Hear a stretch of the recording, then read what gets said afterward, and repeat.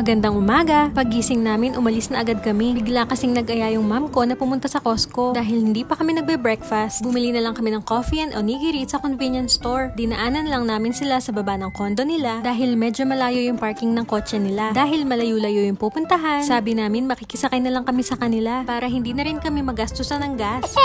Pagdating namin dito, inuna na muna namin ang mag-lunch. Nagutom kasi kami sa biyahe. Sa mga pumupunta sa Costco dito sa Japan, siguro tulad din namin kayo na di pwedeng di kakain dito. Pagkatapos namin kumain, dumiretso na kami sa loob. Inuna ko na agad puntahan tong paborito kong longganisa. Baka kasi maubusan pa ako. Sunod naman, itong napakamura nilang roasted chicken. Super sarap din ito.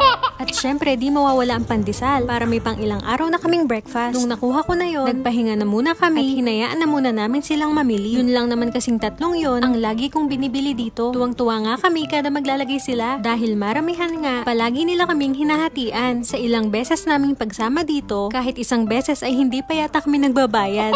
Tulad ngayong araw, libre na naman. Kaya nga ang tanong ko ngayong pauwi, kailan ulit tayo babalik?